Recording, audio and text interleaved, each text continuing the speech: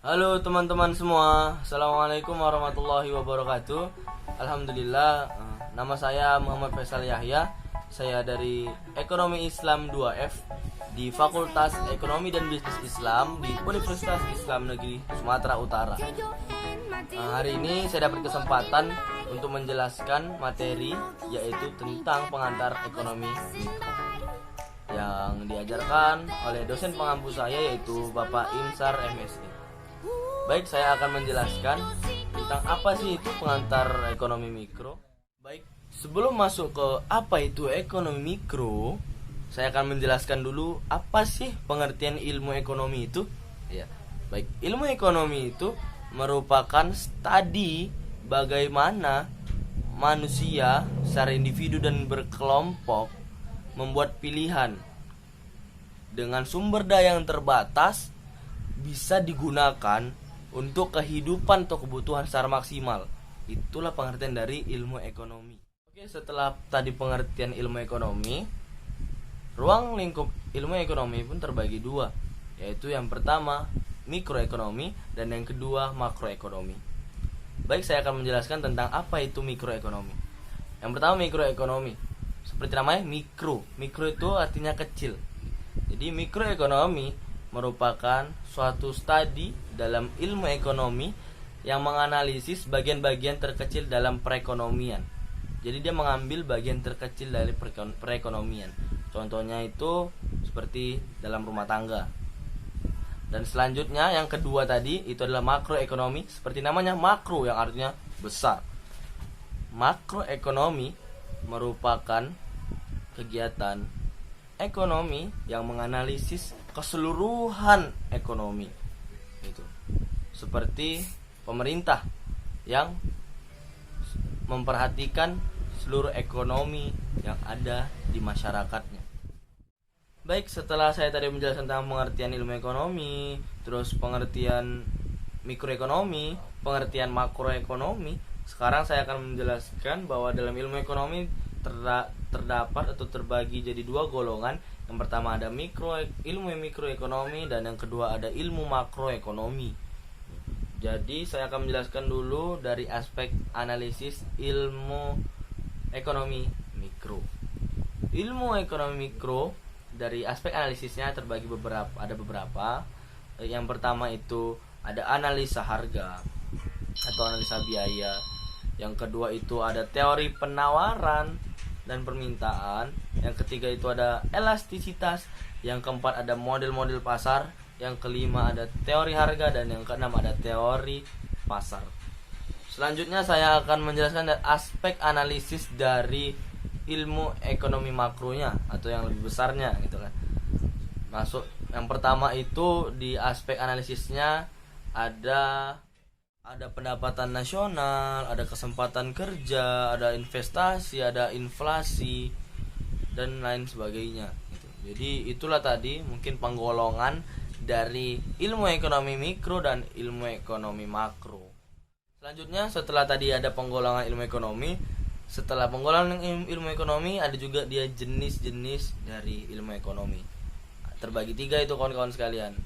Yang pertama itu ada ekonomi deskriptif, yang kedua itu ada teori ekonomi, dan yang ketiga ada teori ekonomi terapan atau teori ekonomi aplikasi. Nah, saya jelaskan satu-satu dulu kawan-kawan ya. Yang pertama itu tentang teori dari ekonomi deskriptif. Jadi ekonomi deskriptif ini dianya itu sesuai dengan kejadian yang ada gitu, sesuai dengan keadaan yang sebenar-benarnya gitu. Seperti contoh kan kenaikan rupiah pada saat ini kan, kenaikan rupiah terhadap dolar. Ini merupakan contoh yang sangat nyata di perekonomian Indonesia terutama. Baik, yang kedua itu ada teori ekonomi. Jadi teori ekonomi itu merupakan suatu gambaran atau wujud ekonomi gitu dalam kehidupan sehari-hari. Contohnya itu yang biar lebih realnya itu ya seperti kenaikan harga pasar itu dapat mempengaruhi tingkatan permintaan dan begitu pula sebaliknya. Yang ketiga ini yaitu teori ekonomi aplikasi atau teori ekonomi terapan. Jadi kalau teori yang ini sih dia merupakan cabang dari teori ekonomi makro dan mikro, kawan-kawan. Jadi tugas dia itu menganalisa atau menelaah kejadian-kejadian ekonomi gitu. Seperti contoh gitu kan, ketika membahas gitu tentang membahas kebijakan tentang uang, pengeluaran uang agar tidak terjadinya inflasi gitu. Itu merupakan dari teori aplikasi.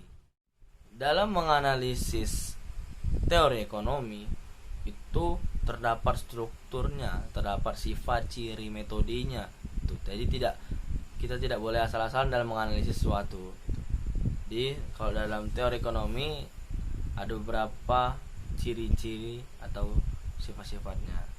Yang pertama itu ada definisinya, yang kedua itu hipotesanya, ramalan, asumsinya gitu, dan lain sebagainya. Selanjutnya dalam pengantar ekonomi mikro ini ada juga pernyataan tentang ilmu ekonomi, yaitu ada dua pernyataan, yang positif dan normatif. Jadi pernyataan yang positif ini merupakan pernyataan yang sebenar-benar terjadi. Seperti contoh misalnya kan, harga suatu barang itu mahal itu karena barang tersebut langka. Itu sering terjadi. Dan pernyataan normatif yang kedua ya, pernyataan normatif merupakan pernyataan yang apabila kita ingin sesuatu yang baik jadi kenyataan, maka kita harus melakukan yang baik pula. Seperti contoh, apabila kita ingin perekonomian kita baik, maka distribusi penghasilan masyarakat harus merata. Di balik banyak yang saya jelaskan tadi, rupanya tetap saja ada permasalahan-permasalahan dalam ekonomi. Begitu banyak permasalahan yang ada di ekonomi ini. Banyak pertanyaannya. Mungkin dari barang apa yang diproduksikan dan berapa banyaknya. Itu satu contohnya gitu. Banyak sekali permasalahan yang ada di ekonomi. Dari pertanyaan tentang permasalahan-permasalahan ekonomi tadi, satu tadi contohnya, ada pendapat dari mazhab Bakir ya, bahwa akibat dari permasalahan yang timbul dalam ekonomi itu karena perekonomian itu tidak merata, tidak adil, itu sering tidak adil itu. Makanya terjadi permasalahan-permasalahan dalam ekonomi. Maka dari itu, agar tidak terjadi permasalahan dalam ekonomi lagi, kita tuh harus adil, kawan-kawan. Terutama pemerintah harus adil gitu kan dalam perekonomian. Karena yang kita lihat sekarang bahwa yang kuat, yang banyak uang, itulah yang bisa mengelola perekonomian. Sementara yang lemah hanya mengikut saja, jadi tidak merata. Nah, ekonomi yang bagus adalah ekonomi yang adil dan bisa selalu bekerja sama. Selanjutnya kita membahas tentang sistem-sistem perekonomian. Sistem-sistem perekonomian terbagi tiga. Yang pertama, sistem perekonomian liberal. Yang kedua, sistem perekonomian sosialis. Yang ketiga, sistem perekonomian campuran. Kita lihat ya, Indonesia masuk ke sistem yang mana. Baik, yang pertama, sistem perekonomian liberal. Jadi sistem perekonomian liberal atau kapitalis ini merupakan sistem yang bebas. Jadi pemerintah tidak berhak untuk mengatur perekonomian warga gitu. Kalau warganya kaya atau miskin atau dalam keadaan mendesak, itu terserah warganya. Jadi pemerintah tidak ikut campur tangan dalam perekonomian warganya. Itulah sistem liberal. Berarti Indonesia tidak masuk ke dalam sistem liberal, insya Allah. Selanjutnya, sistem yang kedua yaitu sistem perekonomian sosialis. Seperti apa? Sistem perekonomian sosialis ini merupakan dipraktekkan dulu oleh komunis gitu kan. Jadi sistemnya ini ketat oleh pemerintahan. Jadi pemerintah wajib ikut campur gitu. Jadi ya kalau dibilang itu warga itu nurut gitu, nurut aja gitu untuk mengikuti pemerintahan dalam sistem perekonomian. Selanjutnya yang ketiga, berarti tadi sosialis tadi Indonesia nggak masuk ya, insya Allah nggak masuk. Selanjutnya yang ketiga itu sistem perekonomian campuran. Jadi seperti namanya campuran, yang pastinya sistem ini juga dikaitkan oleh pemerintah dan dibebaskan oleh masyarakat. Jadi pemerintah tetap ikut campur, tapi tidak terus turun tangan gitu. Jadi masyarakat juga mempunyai kebebasan tersendiri untuk menentukan ekonominya. Selanjutnya pembahasan yang terakhir itu tentang prinsip-prinsip ekonomi. Jadi ada beberapa prinsip ekonomi, ada 10 prinsip, tapi dikelompokkan menjadi 3 prinsip. Pertama itu 4 prinsip yang melandasi keputusan tingkat individu. Yang kedua ada 3 prinsip interaksi, dan yang ketiga ada 3 prinsip perekonomian makro. Jadi saya jelaskan satu persatu dulu. Yang pertama 4 prinsip yang melandasi keputusan tingkat tinggi. Yang pertamanya itu ada individu harus melakukan trade off. Jadi trade off itu pengurangan. Jadi trade off itu pengurangan jumlah konsumsi atau produksi suatu barang. Selanjutnya yang kedua itu biaya adalah apa yang dikorbankan untuk sesuatu. Ketiga itu orang rasional selalu berpikir bertahap. Keempat, pelaku ekonomi berperilaku terhadap insentif. Saya akan menjelaskan tentang prinsip-prinsip ekonomi yang kedua, yaitu tentang 3 prinsip untuk interaksi. Yang pertama, pedagang harus saling menguntungkan. Yang kedua, pasar harus sebagai wahana kegiatan pengorganisasian. Dan yang ketiga, pemerintah harus ambil andil dalam memperbaiki sarana prasarana pasar. Dan yang terakhir, saya akan menjelaskan tentang prinsip yang ketiga, yaitu prinsip perekonomian ekonomi makro. Yang terakhir tentang prinsip-prinsip ekonomi yang ketiga, yaitu tentang perekonomian ekonomi makro. Tentang 3 prinsip perekonomian ekonomi makro. Baik, yang pertama itu bahwa pencetakan uang terlalu berlebihan maka akan membuat negara ini kolaps. Yang kedua, atau inflasi ya.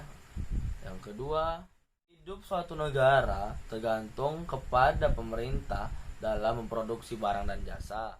Kedua, harga secara umum itu meningkat apabila pemerintah terlalu banyak sekali mencetak uang. Yang ketiga, masyarakat mengalami trade-off jangka pendek antara inflasi dan pengangguran.